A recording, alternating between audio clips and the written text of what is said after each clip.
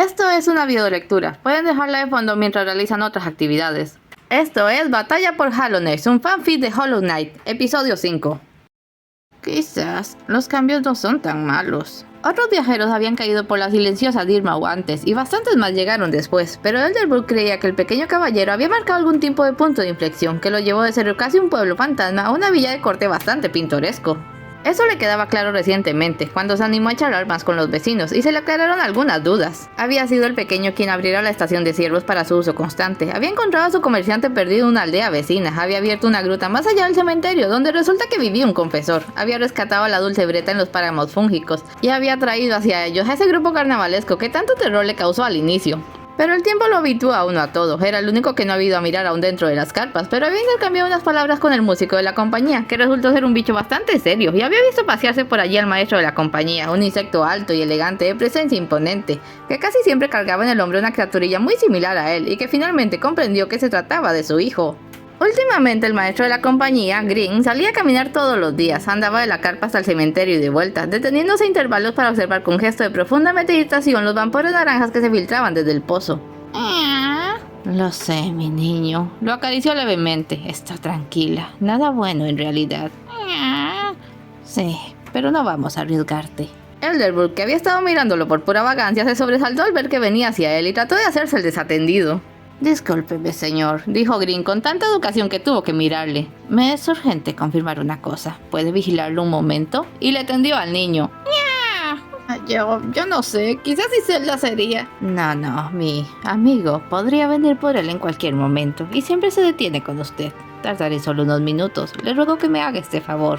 Era difícil decirle que no a alguien tan cortés. Además, sí era cierto que a menudo el pequeño caballero se llevaba de paseo a ese niño, como si fuera un tipo de niñera. Elderbrook suspiró y tomó a la criatura. Green también le dio un pequeño amuleto que debía ser entregado al caballero si aparecía. El niño se subió a la cabeza de Elderbrook y se acomodó allí. Era como un sombrero calentito. Creo que le simpatizo.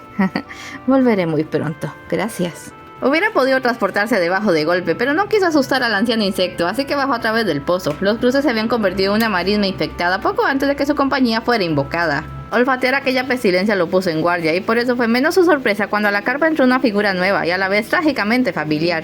Green siempre supo que los pecados del Will regresarían para arrastrar consigo a todos los involucrados. Despejen el camino. Envió por delante algunos murciélagos flameantes para destruir a las cáscaras. Sus pasos lo llevaron hasta el templo del huevo negro. Pensaba examinar el grado de daño en la puerta. Siempre había tenido sensibilidad con los seres superiores, así que tal vez con un examen más cercano podría llegar a descubrir que tramaba la iracunda presencia sellada en aquella prisión.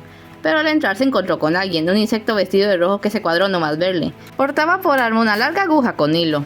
Interesante, fue cuanto dijo. ¿Qué buscas aquí, extraño? Eres suya. Holden se crispó, pocas cosas la ponían de los nervios, esa mirada de fuego era una. Calma, querida, no guardo simpatías por el viejo rey pálido. ¿Cómo te llamas? Holden no cambió la postura. Durante mucho tiempo había estado siguiendo al pequeño caballero, a quien ella llamaba fantasma, no tanto para cuidarlo, sino para evaluar si tenía lo necesario para cumplir con su destino y enfrentarse a la infección. Después de que ascendiera desde su lugar de nacimiento, se convenció de que así era, y ahora esperaba allí, a que viniera a terminar el trabajo, pero estaba demorando demasiado, y era debido a que se distraía con bichos como ese, que le enredaban en absurdas misiones. Pero este bicho, ¿quién era? ¿De dónde venía y cómo pudo reconocer su relación con el rey pálido? ¿De qué había conocido a su padre? ¿No respondes? Lo haré yo. Hizo una reverencia. Green, maestro de la compañía. Un placer. Lo preguntaré de nuevo. ¿Qué buscas aquí? Me parece que sabes tan bien como yo lo que hay tras esa puerta. Un mal que de liberarse barrera con todos. He venido porque he sentido que ese mal está inusualmente tranquilo después de años de ira sorda. Y eso no vaticina nada bueno para ninguno de nosotros. ¿Puedes sentirla? En cierto modo, es algo mío. Caminó al lado de Holden. Ella no aflojó el agarre de la aguja, pero tampoco lo atacó. ¿Sabes? No deberías quedarte en este lugar. El aire es tóxico. No resistiré. Espero a alguien. Te sugiero esperar en otro lado. La última vez que lo vi dijo que no volvería al templo hasta terminar todos sus pendientes. ¿La última vez que viste a quién? Green le dirigió una mirada elocuente. ¿Fantasma? Él no habla. No puede. No es necesario. Igual que con esto. Apoyó su mano en la puerta de piedra. Yo entiendo. Vacío, alma, flama, infección o luz como la conocía mejor, todas formas de energía que movían el mundo, diferentes y similares, vibrando a tal o cual intensidad. Si uno estaba bien sincronizado y como portador del Rey Pesadilla él lo estaba, solo tenía que prestar atención. Lo que oía no eran palabras, percibía las intenciones y al imponer las manos sobre aquella superficie caliente que latía, sintió las intenciones de una conciencia antigua y tortuosa, sedienta de venganza, que ahora planeaba, algo le estaba bloqueando. Vacío, ella usaba a su pobre prisionero como escudo. Ya basta, no puedo dormir aquí. Green apartó las manos, no se había dado cuenta de en qué momento había caído de rodillas. Por supuesto que ella también le había sentido y había hecho su intento de atraparle. Bien, podría haberlo dejado, pero sabía que no tenía las fuerzas para ganarle. Lo malo es que no pudo revelar sus planes. Jovencita, en serio deberías dejar este lugar. Ven a la superficie conmigo, fantasmas aparecerán por allí eventualmente. Caminó hacia la salida, ella no se movió. Te ayudaré a comunicarte con él. Horde le miró atónita, miró hacia el huevo negro. Finalmente se echó la aguja a la espalda y lo siguió. El caballero se llegó a Dirmau por medio de la estación de ciervos. Iba a dejarlo el sarcófago al último, porque perfectamente podría no ser nada importante, y lo que de verdad había querido era saber que podría ocuparse de ello cuando quisiera.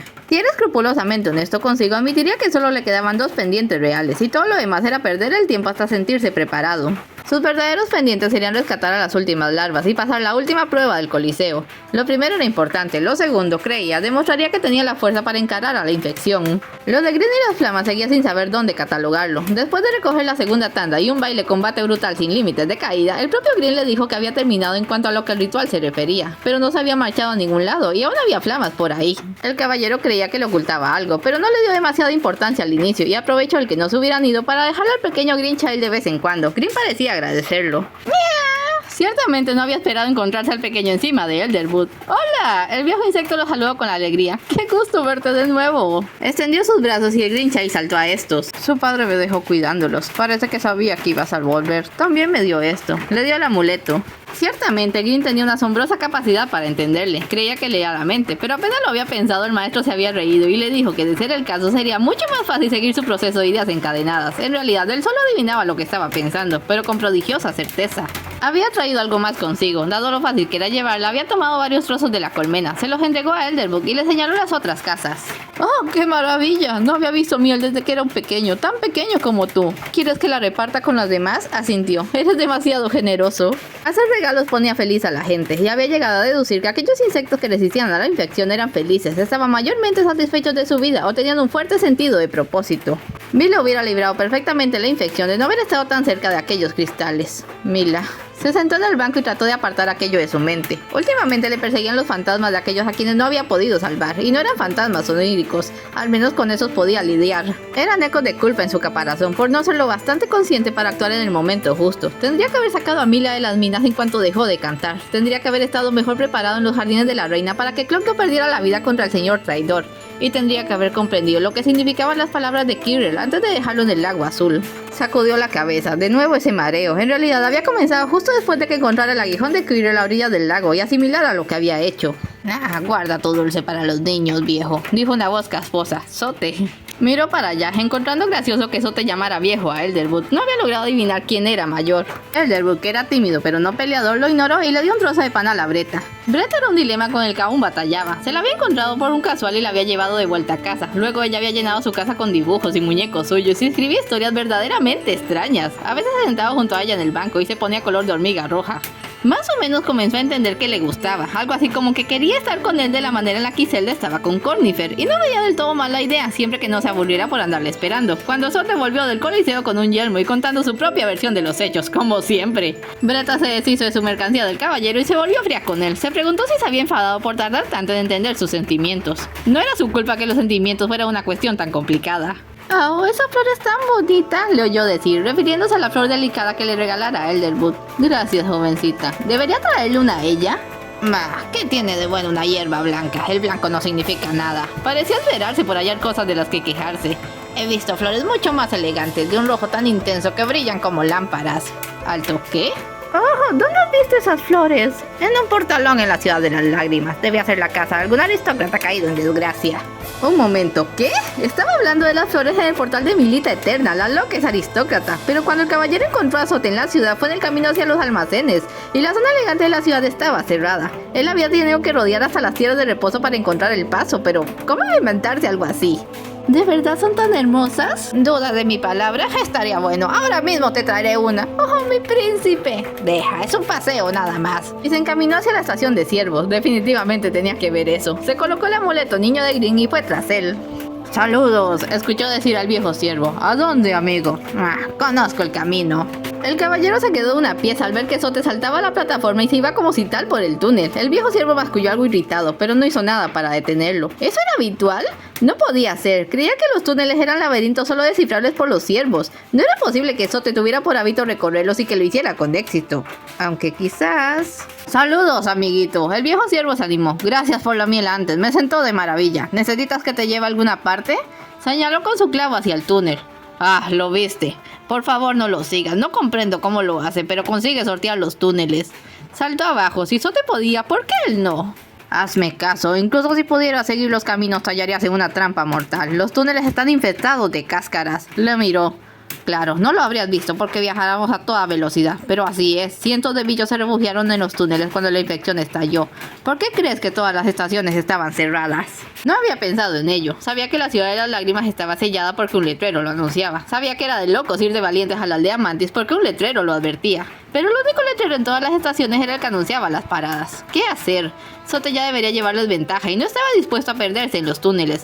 Finalmente señaló el letrero para que lo llevaran a la estación del rey. Pensándolo detenidamente, Zote, el todopoderoso, debía ser uno de los mayores misterios de todo Hallownest. La primera vez que lo vio estaba echando pestes en las mandíbulas de un rey vengamosca. En ese entonces su proceso de pensamiento era algo del tipo, eso hace daño, hay que matarlo. Y lo habría descartado prácticamente sin proponérselo. No esperaba un agradecimiento y Zote no se lo dio. De hecho, le reclamó por irse a meter entre él y su presa. Y considerando que no sabía nada, pero nada de nada, el caballero se inclinó a creerle. Luego, cuando lo vio en Dirmo y contó que había dado muerte a una bestia grande y de mandíbulas atroces, llegó a pensar que se había cruzado con otro vengamosca, pero sí le desconcertó que Zote se presentara de nuevo. Luego apenas se había pensado en él hasta que lo encontró en la ciudad. Para entonces ya estaba más despierto y comenzaba a hacerse preguntas de índole curiosa. ¿Cómo había llegado Zote allí antes que él? ¿La puerta se había cerrado? ¿Cuánto pasó? ¿Cómo consiguió mantener seca su capa? ¿Por qué se presentaba otra vez? Pero la verdadera gota que derramó el vaso fue su encuentro en Nido Profundo. Pero ¿cómo por Hallownest había llegado allí? Había varios lugares donde uno podía caer inexorablemente, pero todos eran tramos peligrosos. Había vencido y ganado el respeto de los señores Mantis. Lo halló en una zona muy profunda, además cerca de una estación de tranvía a medio hacer. En ese momento tuvo la certeza de que Zote debía ser en verdad un gran guerrero, aunque con cierta mala suerte. Y prácticamente no le quedaron dudas cuando lo halló metido en una jaula del Coliseo. Weir en realidad se alarmó cuando se lo arrojaron durante la primera prueba. Y bueno, aquello había sido patético. Zote resultó ser el peleador más débil, irregular y torpe que hubiera visto en su corta vida. Al final se lo sacudió como si nada, quizás pegándole además por sentirse embaucado. Y lo dejó clavado de cabeza del suelo gritándole que se fuera si no quería que lo siguieran humillando. Un auténtico fraude. Aunque un fraude por el que se interesaba como por todos los que conociera en Hallownest. Se bajó a la estación del rey, salió y se subió a una plataforma más alta. El Grinch gruñó. No le gustaba la ciudad de las lágrimas, demasiado frío y humedad, así que se metió dentro de su capa. Todo estaba bastante tranquilo. Pensando en la seguridad de Milita y Len, solía acabar con todas las cáscaras cada vez que pasaba por la ciudad, así que había despejado bastante, aunque siempre aparecían más. Él suponía que atraídos justamente por los pocos bichos aún vivos. Odio esta ciudad. Vio un respingo. No era posible. Justamente se estaba poniendo cómodo, pues aún no conociendo la configuración, la lógica dictaba que debía haber un largo camino a pie de la superficie hasta allí, cuando Zote salió de la plataforma. Soltó su queja de rigor mientras hojeaba el lugar y luego dio un gran brinco hacia la siguiente plataforma para tomar el camino superior. El caballero había visto a Zote realizar maromas francamente impresionantes. Cierto que se daba a cara al suelo la mitad de las veces, pero eso no le restaba espectáculo. Podía brincar lo que él solo lograba con sus alas de monarca y podía saltar hacia atrás. Él lo intentó una vez y con una vez tuvo más que suficiente. ¡Brava! Gritó una voz, un centinela al lado. Aquí vamos, dijo Zote, empuñando su aguijón de madera. ¡Un enemigo! ¡Un golpe! Era uno de sus preceptos, ya no recordaba el número.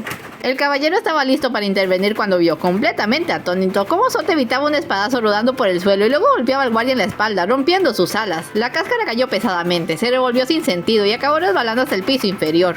Zote salió de la estación y el caballero miró al guardia. No estaba vencido, al poco volvió a levantarse y siguió vagando, pero efectivamente se lo había sacado de encima. ¿Ya? El Grinch parecía compartir su incredulidad. Otro de los preceptos de Sote era uno sobre mantener la capa seca para evitar enfermedades. Eso debía explicar que hubiera tomado el camino de arriba, con más techos y portales para cubrirse, siendo que la casa de Milita estaba a nivel de la calle. Lo siguió con cautela. En el cortísimo tramo, Sote se cruzó con uno de esos aristócratas gordos y lo empujó fuera de su camino sin mucho miramiento. Estaba seguro de que no debería tener la fuerza para pegar tan fuerte. Pero pensándolo bien, su máscara y su cuerpo eran más resistentes que los de un bicho común. Quizás en realidad Sote sí golpeaba fuerte, pero no tanto para que él lo notara. Lo bastante, no obstante, como para empujar o romperle algo a una casca infectada. Y su aguijón. ¿No había dicho el cazador que estaba hecho de madera de concha? Era un material para hacer escudos, no era filoso, pero sin duda era fuerte y resistente. Visto así, en realidad Terminavidas era más una porra que un clavo. Sote brincó y se dio de bruces torpemente ante la puerta de Milita. Ella nunca lo había mencionado, pero ella no hablaba de nada aparte de lo feliz que le hacía ver a todos sus antiguos vecinos muertos y lo maravillosa que era la vida. Maldita sea, su capa estaba empampada. Las cosas que tengo que hacer. Arrancó una flor roja del portal. Sí, esto iluminará sus noches. Hasta ese momento el caballero solo se había preguntado cómo hacía Sote lo que hacía y no por qué lo hacía. La mayor parte de su motivación era el orgullo y el hecho de que se creía demasiado su visión de sí mismo. Pero ¿por qué se estaba molestando en conseguir esa flor para Bretta? Bueno, Bretta lo escuchaba. Él solo tuvo toda paciencia para tragar una par de veces sus 57 preceptos. Nunca dejes que se rían de ti. Quizás quería evitar burlas y no probaba con algo sus logros. Si lo intentas, consíguelo. Ya puestos en la tarea no iba a dejarla, al menos no hasta fallar irremediablemente. Sé consciente de lo que te rodea, dijo de pronto Sote, poniéndose tenso. El caballero alzó la cabeza y el niño en su capa gruñó. Una gigantesca cáscara armada venía marchando hacia él. Identifica el punto débil de tu enemigo. ¿Qué punto débil? Él aventó esas cosas de hechizos. ¡Y atácalo! De haber tenido como el caballero se habría quedado boquiabierto. Vio a Sote romper una fuente ornamental de tal manera que el chorro de agua salió en dirección a la cáscara. Y esta, que solo tenía atención para su presa, levantó los brazos con aparente sorpresa. Entonces Sote le golpeó las patas con su arma, haciendo que tropezara y cayera hacia el canal, donde el agua se ocupó de arrastrarle lejos. El caballero casi se cae de donde está de pura impresión. Nada es inofensivo, dijo Sote, como mofándose, recogiendo la flor. Especialmente yo.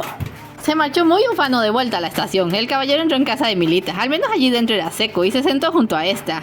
Oye, ¿qué modales son esos? No te invité a tomar asiento. Llévate esa cosa de mi casa. El niño le hició. ¡Qué grosero! El caballero le dio el último trozo de miel y eso le cambió la actitud. Ahora podía pensar. No te inclines ante nadie. El mundo es más pequeño de lo que crees. No obedezcas a ninguna ley salvo a la tuya. No sueñes.